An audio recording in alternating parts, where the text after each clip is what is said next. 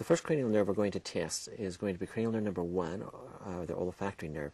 And in testing this, I want you to identify the smell, identify the fact that you can smell something, and if you can, identify what it is that you're smelling. I want you just to block your right side of your nose, and I'm going to just close your eyes, and just hold this substance up. Can you smell something? Mm-hmm. And can you identify what you're smelling? Coffee. That's correct. Okay. To test the other side, I want you then to block your left side of your nose, close your eyes, and again, see if you can identify this smell. Smell something? Yes. And what do you smell? Lemon. Correct. I have 2 containers that have certain substances that we'll see if you can identify. First of all, can you include your right nostril? Can you smell anything? Faint smell. But can you identify it? No. Okay. Here's another container. Can you smell anything? No. Okay. Let's go ahead and include the left nostril, and let's test the right nostril. Can you identify or smell anything? No. Okay. And now, can you smell anything in this container? No. Okay. This container had orange fragrance, and this one had coffee.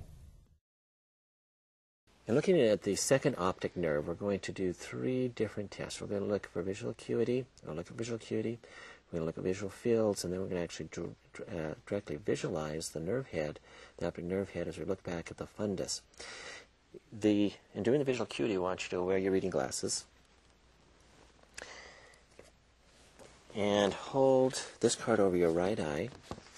And then we're going to use the pocket Snellen chart, and I want you to actually hold this in your own hand so it's comfortable at your length that's focus for you. And read the smallest line. Which line can you read? The smallest one. Can you read the bottom one? Yeah. Okay, go ahead and just read the numbers. 428739. That's correct. Very good. Now go ahead and switch eyes. You're going to go ahead and hold the card. And which line can you read? The smallest one. The smallest one again. Okay, go ahead and read those numbers. 428739. Very good.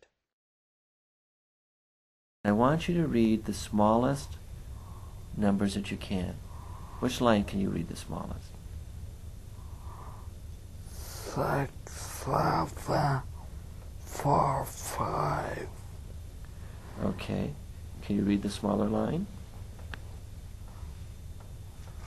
No. That's the smallest line you can read. So you're reading the 20/70 line. Yeah. Let's go over here. Can you read the smallest line? Which is the smallest line?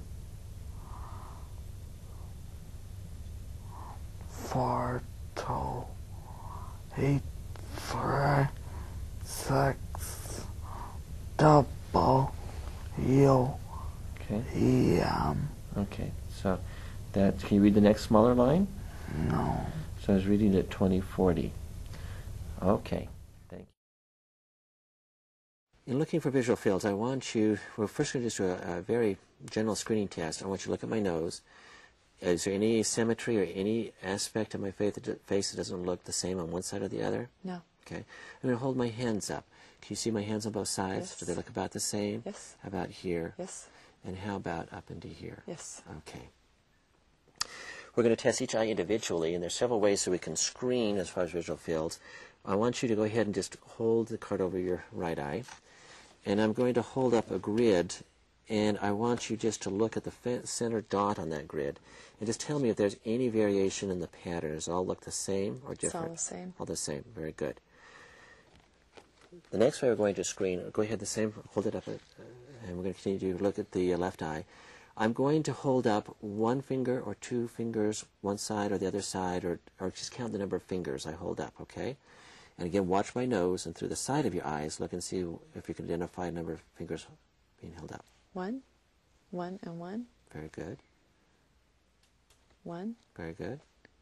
1 and 1. Very good. 1, 1 and 1. Very good. Another way that we can screen as far as visual fields is, again, to have you look at my nose. And I'm going to start with the tip applicator outside of your field of vision. And I want you to, again, as soon as you catch it through the side vision, tell me now. But keep watching my nose. As soon as you see it, say now. Now. Good. Again, as soon as you see it, say now. Now. Now. Good. And keep watching my nose. As soon as you see it. Now. Very good. Now let's go ahead and switch to the other eye. We're going to go through the same maneuvers. Look at the very center dot of the grid. Any difference on either side? No. And any portion of it? No. Good. And watch my nose. As soon as you see the fingers move or count them and indicate which hand. One. Okay. 1 and 1. Very good. 1. 1 and 1. Okay. 1 and 1. 1. Very good. And again, watching my nose. As soon as you identify the cotton tip applicator comes from the side, say now. Now. Now. Now. Now. Very good.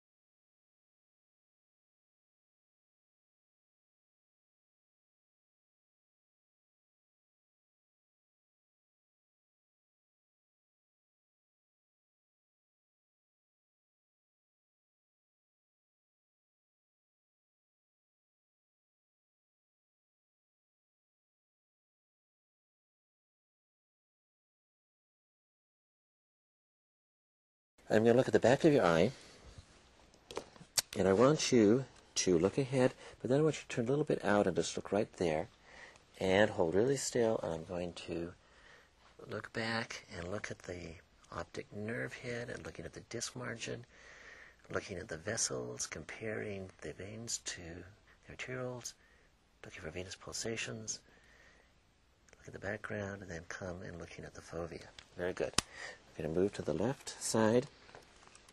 I want you again to look a little bit out to the right and look right there. Keep watching there even though I get in your way. And again going through and looking at the same structures. Very good. The first photograph is of a fundus showing papilledema. The findings of papilledema include loss of venous pulsations, swelling of the optic nerve head, so there is loss of the disc margin, venous engorgement, disc hyperemia, loss of the physiologic cup, and flame-shaped hemorrhages.